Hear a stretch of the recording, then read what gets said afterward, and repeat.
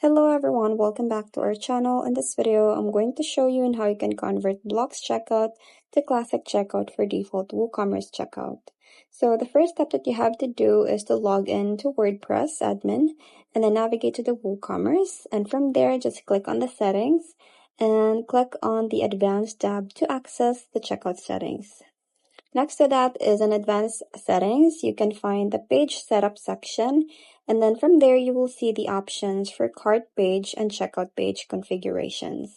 After that, go to the pages, tap on all pages, and find the checkout page using blocks. So you can click on edit, then you can remove the WooCommerce checkout block content from there.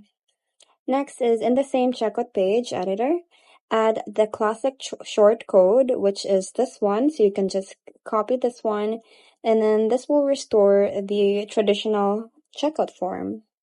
And lastly is to save and test the checkout process. So click on update to save the changes, and then test by adding a product to cart and then proceeding to checkout. So the classic form should now display. So that's pretty much it. It's very quick and easy. I hope you find this video helpful. Thank you for watching, and I'll see you in my next one. Bye!